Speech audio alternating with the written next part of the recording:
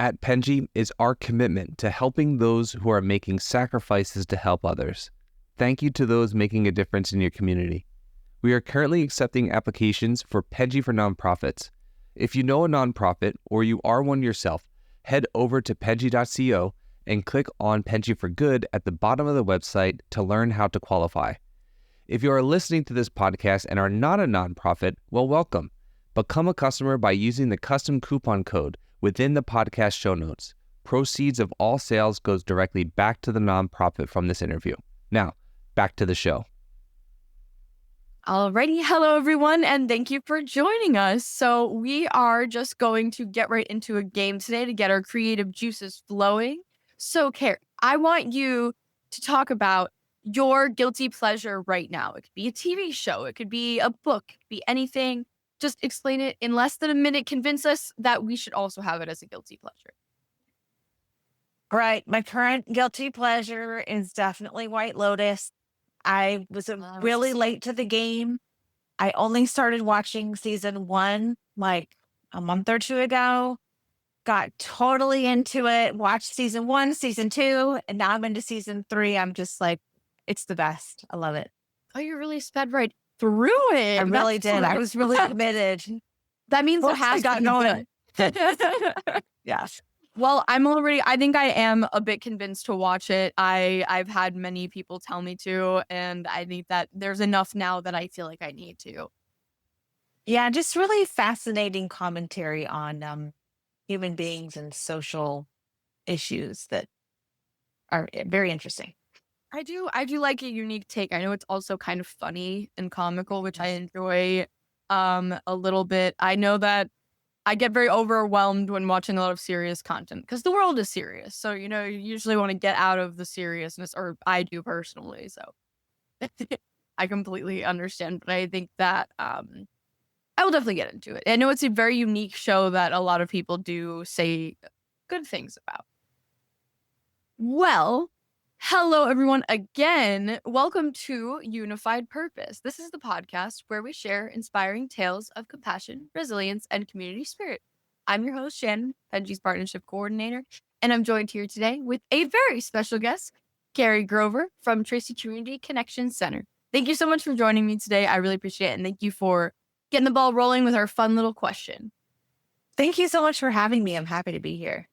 I really appreciate it. Could you start by telling us a little bit about yourself and your organization? I think this would be a great way to start up. Maybe you'd introduce yourself a little bit differently than I would. So anything that you think is relevant to share with our audience. Sure. So like you said, my name is Carrie Grover. I'm the executive director at Tracy Community Connection Center.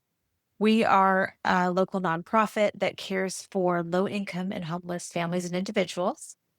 And we have a staff of 11 who manages everything from street outreach to all of our services, which include mobile showers, mobile laundry, eviction prevention and rental assistance, and case management. That is wonderful. It's nice to see that there's a multi-step process. I know there's a lot of organizations that deal with homeless individuals that it's very a minor thing that they're addressing, which isn't bad, because I think that sometimes when you focus on something, it's easier to know that you're doing it well. But I also love to see like a comprehensive approach to the homelessness issue, because I think that sometimes we'll help one thing, but they really need help with something else. And it's a difficult balance to make sure that they're covered in every possible facet. Yeah, we absolutely try to provide what we call whole person care. So looking at all of the issues that individuals may be facing and addressing them one by one, and trying to really get to the root of their homelessness rather than just dealing with the immediate issue at hand. Exactly. So what are some different strategies that you put into place to approach someone that is homeless or may need help? We really approach our work through a relationship model where we build relationships with individuals, and it may take time, sometimes years. My staff, especially the outreach staff, have fantastic patience, and they are willing to invest time in the relationship with these individuals so that when they are ready to receive services, they know who to approach, and they know where to find help. So it may, like I said, it may take years, but I can tell you several examples of individuals who will come to my staff and say, okay, I'm ready to get clean and sober. Okay, I'm ready to start addressing my mental health needs. Okay, I'm ready to look for employment, but it often takes a long time to get up to that point. And so that relationship piece is key for us. I really love that understanding. I do know that um even with especially with issues of addiction, that people will only do something about it when they want to and not because someone is making them or whatever it may be. A lot of people think that if you just throw someone in rehab that they're going to just be better and everything will be fine and blah blah blah, but that's not the case. Like addiction is a very difficult thing to handle, and if that is what led to them being homeless, then that is it's a much more complicated issue than just maybe other situations that led them to be homeless. So I think that it's good to recognize that that's very much a choice for them of not to be homeless, but to want to do something about what their situation is, and to acknowledge that and not pressure them into feeling that way. Because when people feel boxed in, they're not necessarily happy to do something about their situation, whether they want to or not. Yeah, and we've seen time and time again where we do get people into programs that they're not really ready for, and then they just self exit. And there are some programs and services available that really aren't always, some of them are like once in a lifetime opportunities for services. And so we don't want people to use them before they're ready. And so Mhm. we really do try to, whatever it may be with their insurance or what they're eligible for, we don't want to burn through those opportunities until they're ready to fully utilize them appropriately. That makes a lot of sense. So with the range of services that you have, how do you prioritize certain ones? Like, how do you choose to put maybe more money into certain facilities or resources? Um, and is it based off of maybe like population or like how many people need to use something, or you find that they need to? Like, how does that work? So we maintain what we call our client hot list that kind of identifies what person is in the most crisis at the moment and who needs the most attention. And then the case managers and outreach workers will focus their attention on those individuals who may be on the hot list that week. But in terms of prioritizing services, we really just try to provide consistency. So the weekly showers, the weekly laundry, the weekly case management, all of that really just comes with a lot of consistency so that whoever does happen to be in crisis, yes, we are going to be helping manage that, but we also hope that the consistency of services will prevent crisis from coming up if possible. No, that makes complete sense. I mean, it's to be prepared for everything. So that's just a normal thing. So this is maybe just a curiosity question, but I've never heard of mobile showers. Can you explain to Oh, me? I because I actually I've done a lot of volunteering with specifically homeless individuals and formerly incarcerated individuals in Philly, and I've never heard of this concept, so it's like kind of exciting. yeah. Yeah. It's kind of a unique program. I mean, there are certainly other programs throughout the country that offer it as well. But essentially, what it is it's a trailer Mhm. that we tow with a truck, and it has two showers, one ADA compliant and one standard. We pull it to a church parking lot 3 times a week, and we set up and connect hoses to the water and sewers and all of that. And clients can then show up, take a shower, and then we also provide food, water, phone charging stations, case management. There is some minor medical care. We sometimes have COVID tests, stuff like that. Other resources available while people might be waiting for their shower. And then the mobile laundry is exactly the same. It's a trailer with 6 washers and 6 dryers that we pull to a church parking lot, hook it all up, and allow people to do a load of wash for free. Oh, that is incredible.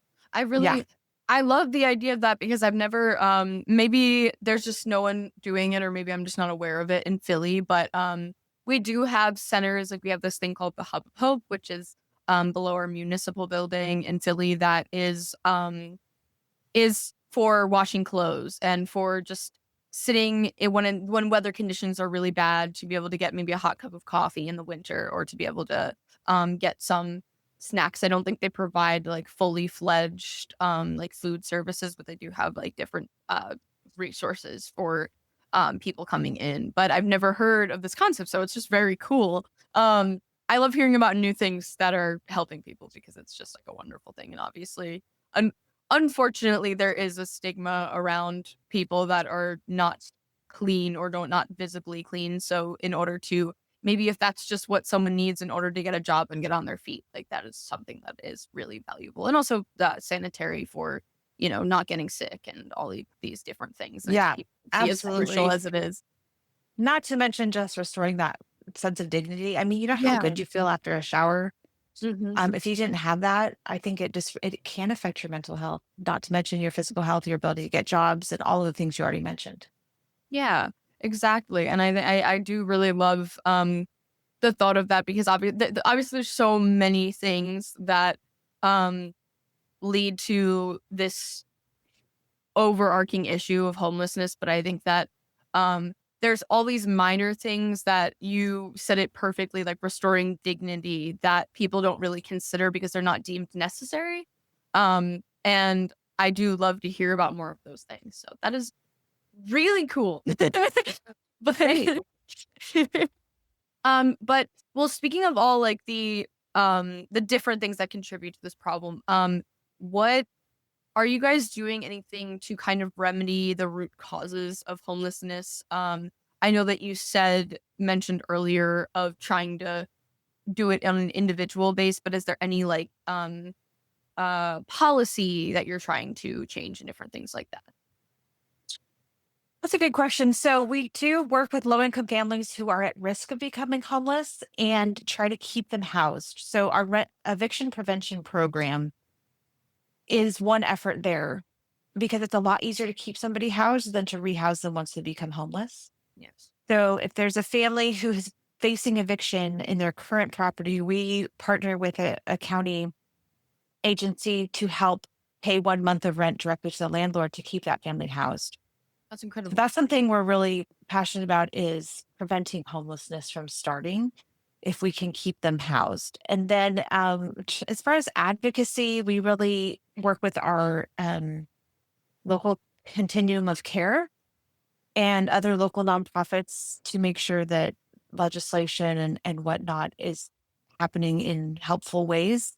But it's a tricky time right now in terms of politics. And there's been some Supreme Court cases about homelessness that have affected things, especially in California. So that's an ongoing challenge for sure. But we are looking to be a good partner there and be a good advocate as well.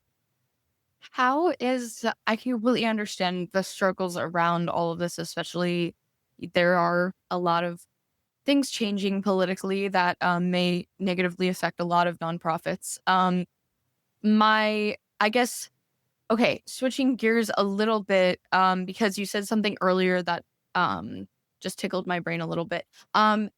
You said that you work with individuals to find the root cause of their problem. And that you work with them on like a lengthy basis until they like feel they're comfortable. How do you kind of work with them to get them to trust you and feel comfortable coming to you? Because like, what does that process look like? Because I know it's not just talking, like there's probably so many more things. Is it just like they participate in a lot of different events and therefore they kind of like, it's just a good taste in their mouth, or how does that work? Yeah. So when they come and receive services, either the shower or the laundry services, I think that builds that relationship of trust. It's an ongoing, consistent service we provide. But mostly people self-refer. They need help and they're there because they want to be there. We don't really force anybody to come get services. The case managers sit down and do an intake with them anywhere between 30 minutes to an hour long, just hearing their story and documenting the challenges that they're facing, collecting any information that might be helpful in strategizing with the client. So I think that initial intake and conversation provides that relationship piece and trust with the clients. Yeah. Is there so when you do this process, do you keep records of the clients in order to like interact with them in the future so that they feel cared about? Yeah. So, and that's actually federally mandated Okay. in order for you to receive funding through, different grants and stuff. We are required to use something called the Homeless Management Information System. And it's an online database that we track anything that we do. And then everyone else in the county is also tracking what they do. So there's less duplication of services and more um, working with partners to make sure that we're not like if somebody comes to my organization and receives eviction prevention resources, they can't go to another agency and get the same money because it would be duplicative. So we Uh-huh. try to avoid that and then also try and work with partners and make sure people are receiving, we refer to a ton of other agencies because there's a limit to what we actually do. So through that system, we can say, hey, we know this person can help you with your medical care, or this person can help you with your behavioral health, mental health needs, or whatever. So all of that information tracking is really useful in helping the clients and then our partnerships. That is so interesting because I think that a lot of people who don't support helping low income individuals or homeless individuals are assuming that they're taking advantage of the system. But when there's a record of something, they literally cannot. It's just very interesting to, I didn't even know that that was a thing. So it's very cool to know one that Yeah, that's a thing and also that um not only already knowing me personally that that's such a misunderstanding that some people have, but that there's actual evidential proof that that's not happening. Because yeah. I mean, look, if somebody's going to game the system, I don't know. It may happen, but we do have a lot of things in place to of checks and balances between different agencies and funding partners to make sure that we do our best to make sure that's not happening. speaking of partners, what kind of organizations or agencies or whatever it may be do you partner with in order to provide like additional services? What are you looking for? And what kind of things do you want to provide additionally that don't that you don't do personally?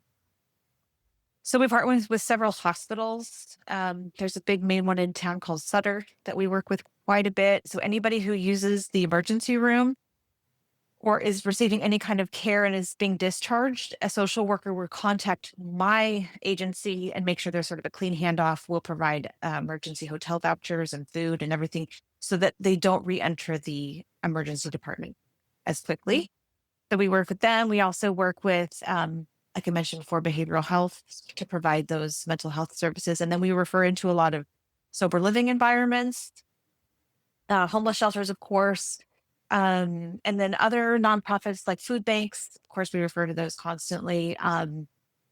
Domestic violence providers and safe houses.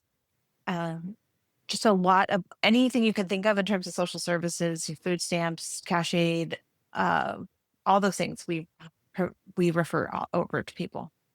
How do you make these connections? Are they something that kind of just happens naturally because you find out about them or you have a need for them and you do outreach in order to find them? Like, how do you create these relationships? I mean, a lot of it is based on those, longstanding relationships. And my case managers are fantastic. They have years of experience. They know the systems. They know how to apply for benefits. They know who to call when somebody needs a housing voucher, or they know who to call when somebody needs a bed in a sober living environment. So a lot of that comes from the experience of my staff. But we also reach out for resources. We're constantly providing, we have an agency referral form on our website where agencies can refer to us. And then we'll do the same. If there's an agency that we think we could benefit from partnering with, we'll have them come in and make a presentation to our staff so we know how we can work together. So it's an ongoing relationship piece and learning piece. Anytime I learn about a new place, I'm like, hey, case manager, did you know about this new sober living Mhm. home or whatever? So it's a constant sharing and updating of resources throughout the county. Oh, that's wonderful. I think that it's really nice to have the sense of community to be able to interact with a bunch of people who have a similar goal but do a lot of different things. I think that collaboration, especially with sensitive issues such as this, is something that's really important, especially since it's really difficult for one organization to do it all, especially with funding not being as easy to come by. Yeah, absolutely. That's always a concern. Do you guys work with this is something that we have in Philly, so this is out of curiosity, but do you have like staffing agencies specifically for homeless individuals? Not that I know of. Um, I do know we work with a company. Well, I guess it's a government agency called JobWorks that helps provide anybody who's on welfare. They help them find jobs, and then as an employer, um, I get a benefit for hiring out of that pool Mhm. of applicants because they're considered like a need based needing to work. But I don't know a lot more about that. No. Interesting. Okay. Because there I used to work for a staffing agency that specifically helped homeless and formerly incarcerated individuals in Oh, Philly. cool. And it was specifically for that exact reason. There were also like other things that they did that was talking like we would go to sober living facilities and talk to individuals about this and like kind of have different like Oh, um conferences, so to speak, kind of thing. But I was just wondering if that was a thing that they do in other states because I know that they have like a couple of locations, but I don't know if California is one of them or in your area specifically. if But there is, I need to find it. I know that there is a real push at helping, especially like veterans and formerly yeah, incarcerated individuals, and making sure that they're taken care of and finding employment. And so, yeah, that's definitely something I'd be curious to learn more about. I will definitely look into that for you. Because I just love learning about these different facilities. I think that there's so much that we can do. And unfortunately, I think the government does lack a little bit in being able to help these things. So organizations kind of pick up the slack, even if they're getting government funding. And a lot of them are getting like 1% of government funding, and the rest of it is Yeah. stakeholders' donations.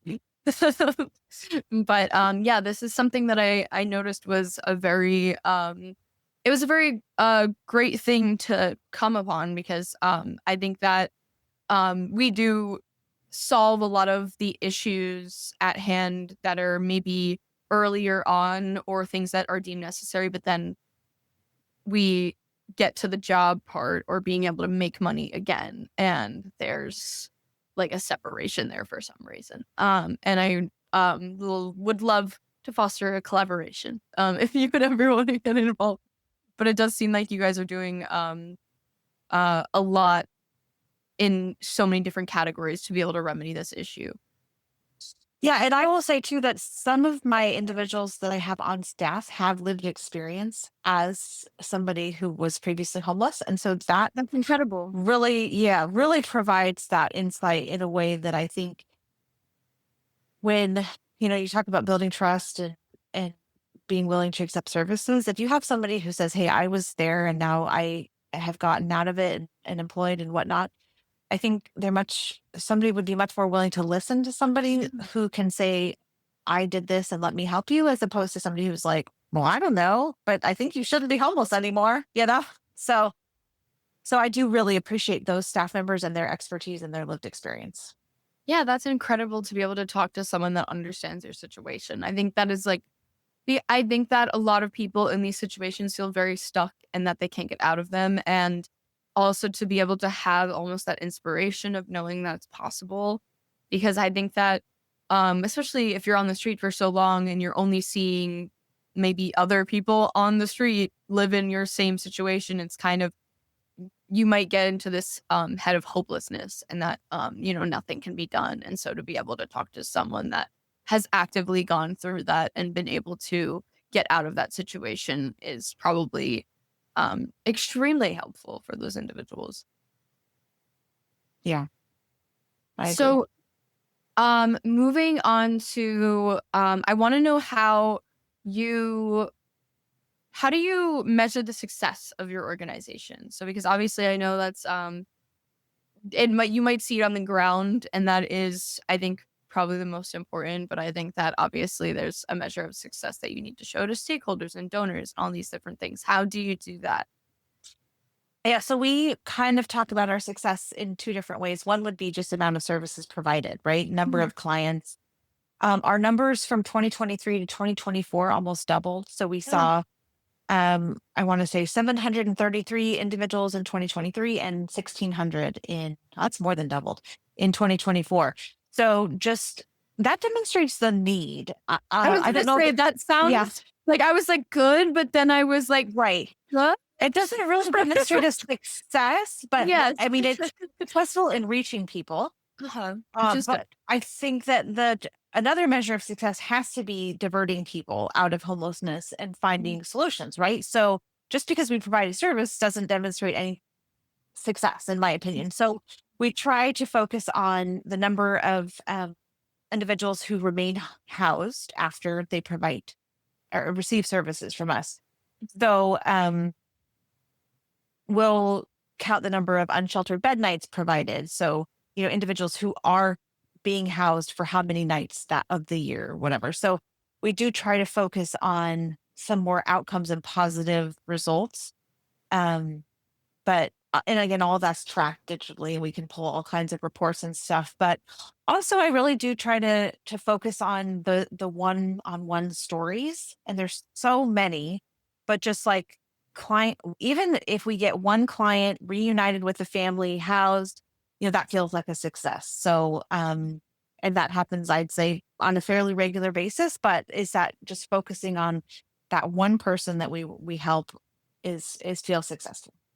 Yeah. No, I definitely agree. I think that that also inspires other people to get involved. Like I think that people do resonate more with a story rather than statistics. I think, sometimes statistics do get some people. But I think that being able to empathize with a person specifically is something that really gets people caring about an issue. Do you actually have anyone on your mind that you would maybe want to share about? I know obviously there's confidentiality things and whatnot, but like anything that you could share that you think would be just good for our audience to hear.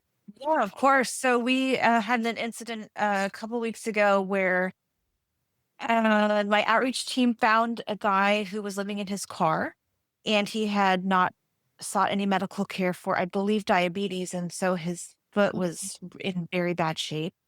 My staff immediately recognized that he was not well, took him to the emergency room where they did an immediate amputation because it was so bad. Oh, And the staff at the hospital said, "You absolutely saved this man's life by bringing him into the ER when you did." And through the course of a few weeks beyond that, we kept him housed in a hotel temporarily. Then we connected with family in Texas and bought him a plane ticket, got him an Uber. My amazing director of street outreach got up at 4 o'clock in the morning, met the Uber to make sure he got in the Uber. He got to the airport and he was flown to Texas and reunited with a family. So, yeah, that's one of our recent, really, really great stories. that is so incredible because I think that there are so many situations like the beginning of that is more than incredible knowing that this man is still alive because of you guys. But I think that a big issue that a lot of people run into that are homeless is that they have people to go to, but they can't get to them. Mhm. And I think that that's like a big thing, which is really just an interesting sector of homelessness that a lot of people don't think about. Like a lot of people think these people are completely alone, and sometimes that's not necessarily true. It's just a plane ticket is an expensive thing to do. And if you can't afford to live in a home or an apartment or whatever it may be, then a lot of times you can't afford that either. Yeah, and I mean, to be fair, we usually buy train tickets, but because it's just more cost effective. But he had just had an amputation, and so Yeah, we of didn't course, of feel course. like it was fair to put him on a train Yeah. ride. Um, but yeah, so family reunification is always a big goal of ours. Getting people to their homes, wherever that may be. People sometimes see that as us just trying to get rid of the problem, but I don't really see it that way. We want to make sure that people are with family, they are with friends, they're supported, they have opportunities for employment and health, and wherever that may be, whatever's best for them, we really try and find that solution. Yeah, of course. And it's not like you're forcing them to go No, somewhere where they don't want to go. I mean, if they left to be away from their family, I'm sure they're not going to be really excited to go back. So I right. don't. If there's a domestic violence situation or restraining orders, we try to be really sensitive to stuff like that. Yeah, of course. So I think that that is not even close to throwing money at a problem. That's just connecting people in which it makes sense. And if that's going to help them in the best way, then that's going to help them in the best way. Because it's not a one size fits all kind of thing. Every individual has a different story and a different way of, maybe getting or improving their lives, or feeling better, and that's not necessarily it's not the same for every person. Absolutely. So since we're coming up on time, I just want to ask you a question to kind of leave off on. One, thank you so much for joining me today. This is absolutely lovely, and it was really nice to learn more about TCCC. So thank you so much. Can you tell me what your long-term goals are for the future? Like, what do you want to accomplish? Maybe something super overzealous that you think like maybe this won't happen, but I'd really like it to happen. And your inspirations for the future. Yeah. Oh, I love that question. My goal would be to I would really like to stand up a heating and, I guess, a warming and cooling center in our city. We don't really have, we do have a shelter, and I don't operate that, thank goodness. The city does, but I would like a sort of more like a day center. So maybe I could put my office, move our offices into like a standalone center where people can spend their time there if they need to more so. Right now we're a little limited on space.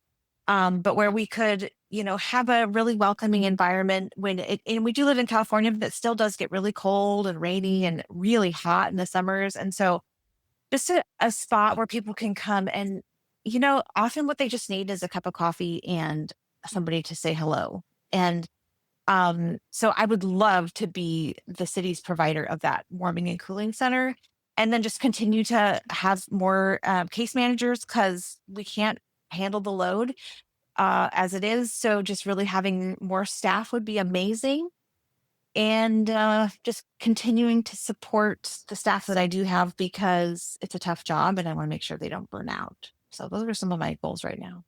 I think that's lovely. I do definitely see the need for the warming and cooling facilities. I do hear that these save lives genuinely, not even just for the camaraderie aspect of, or the social aspect of the idea that many of this population is ignored often just because people are uncomfortable with it, or that they're uncomfortable with the idea of giving someone money or whatever it may be that they may be asking them of, or they're just there and people are uncomfortable with the sight of seeing someone homeless and they don't acknowledge them at all. And that's normal, especially in a city. Seeing it myself, it's so sad. It is. I talked to an organization a few months ago that also operates in California. I am missing the name. It's not coming to me, but that basically just connects people through like messaging, and just so that they have someone to talk to, and I think that is so incredible, because that is a big aspect that I think is ignored about homelessness as well, is the idea that you feel like less of a person because people don't treat you like a person, and it's not, you don't get even pleasantries. You just get Yes. a lot of the time. And to just have a facility where you can just be acknowledged by people. Like, I love that you just said, like, to say hi, hello, like to just, be acknowledged and know that you're, a person. Yeah. I mean, I think if nothing else, if we can humanize homeless people, I think we've succeeded. Just seeing them as individuals, not being afraid of them. I mean, the sentiment is often that they're scary and dangerous, and that's just really not the case. They're just people facing a really hard time. And I think, so many of us are just 2 or 3 paychecks away from the same situation. And so just having that compassion and just seeing people as human beings and treating them. I mean, sure, there's different challenges that they face and whatnot, but just seeing them as human beings is really all we can do and what we should be doing. Exactly. And I think that people don't have enough empathy or understanding, especially like a lot of people can't understand the idea of not having food or water for days.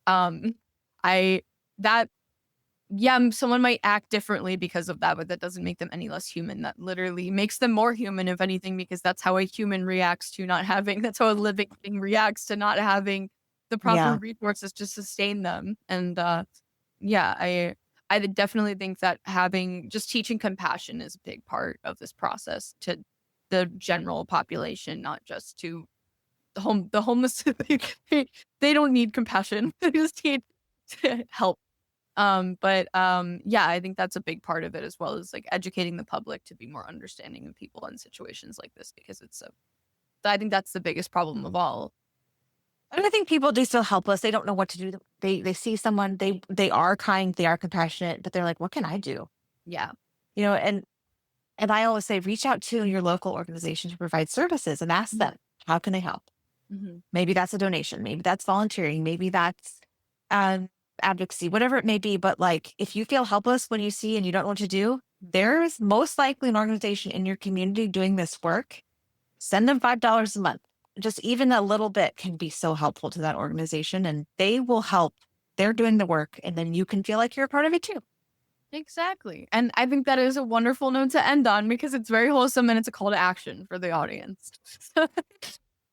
I really do appreciate you coming on today. Learning about your organization was absolutely incredible. And I think it's absolutely wonderful to be able to learn more about people doing something about this, because I do think that the experience that I've had with these individuals, I do think that compassion and understanding is something that is so important. And it's great to see how much you care. Well, thank you. Thank you so much for having me. Thank you. And thank you everyone for listening or watching. Please make sure to participate in maybe not just this organization, but other organizations doing things similar to Carrie. And I appreciate you guys for watching and listening. Thank you so much.